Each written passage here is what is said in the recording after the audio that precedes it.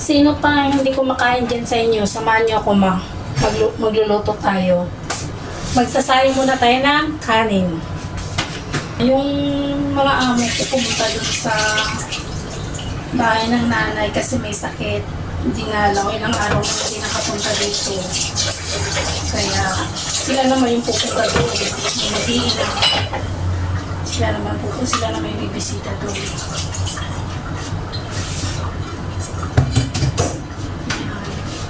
At isasabay ko na rin yung pagkain ng pusa. Sasabay ko na rin dito yung pagkain ng pusa. Itong chicken breast. Itong basta chicken. Yung chicken, sasabay ko na rin siya. I-steam ko lang. Magluluto tayo ng sinagang dadilis sa kamatis and sibuyas. At syempre hindi mawawala ang sili.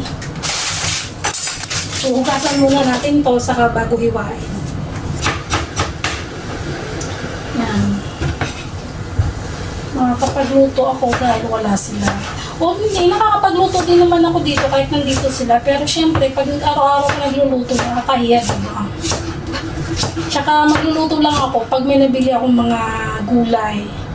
Nung lasa, katulad ngayon, makakapagluto ako kasi nakabili ako nung last Sunday. Linggo lang naman ako nakakalabas. Kaya yung bibilhin ko is yung abot siya na pang isang lingguhan para hindi siya nasisira sa loob ng rep. O kaya dito sa labas, dito ko lang minsan nilalagay sa labas ng patatas, o kaya yung carrots. Yan, pwede siyang may stock ng isang linggo, tumagal siya ng isang linggo. Kaya naluluto ko siya. Yung naman, yung mga karne-karne naman, giniling. Madalas ko lang naman binibili yung giniling tsaka yung lempo pang adobo tsaka pang gisa. Yun. Kaya lang wala na akong karne, hindi ako nakadaan sa palengke nung nakaraang linggo kasi nga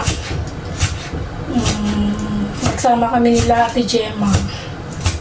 Kaya tapos late na rin ako umuwi. Pagdadaan pa ako ng palengke, wala na ako mabibili, kaya hindi na rin ako dumaan. Wala akong stock na kanya sa rep.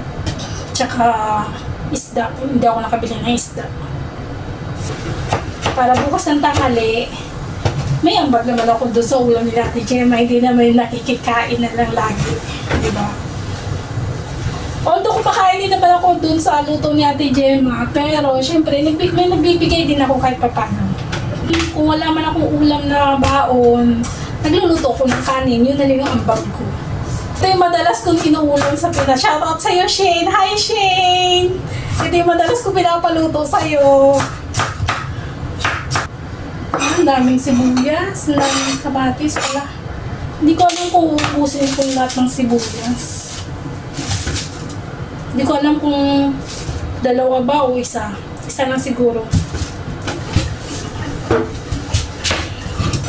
So, para bukas ng umaga, magsasain na lang ako ng kanin uli. Kaya papainit ko na lang ito.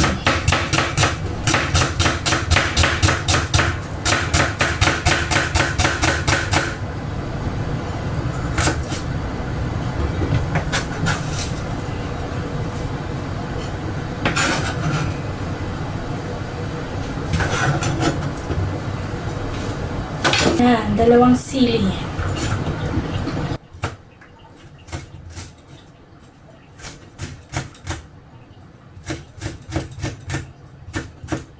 Sasangag ko muna tong dilis bago magigisa, bago gisahin.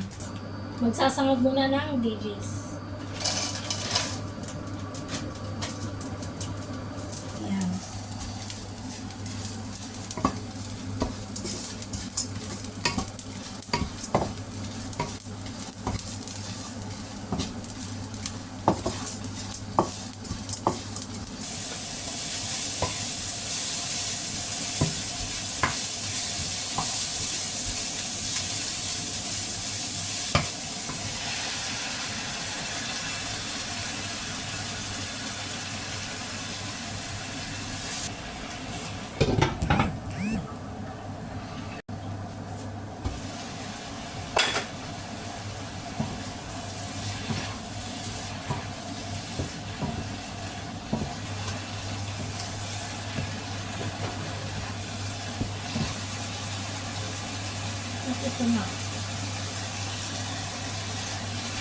Ilunod na natin yung ano, bilis.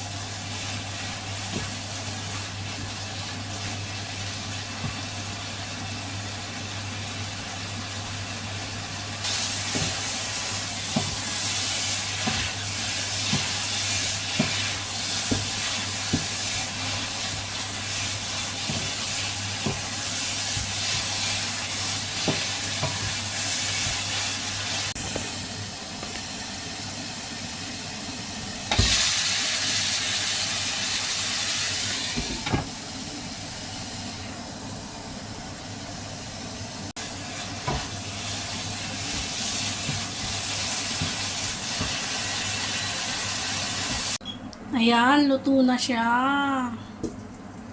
Ayan, papalamigin na lang natin.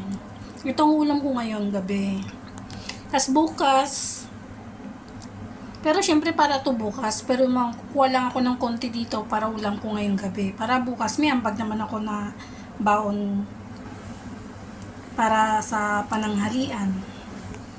Si Ate Gemma magluluto din ng gulay. Sabi niya gulay daw ang lulutuin niya, tsaka pritong isda. Ayan, ito na yung ambag ko.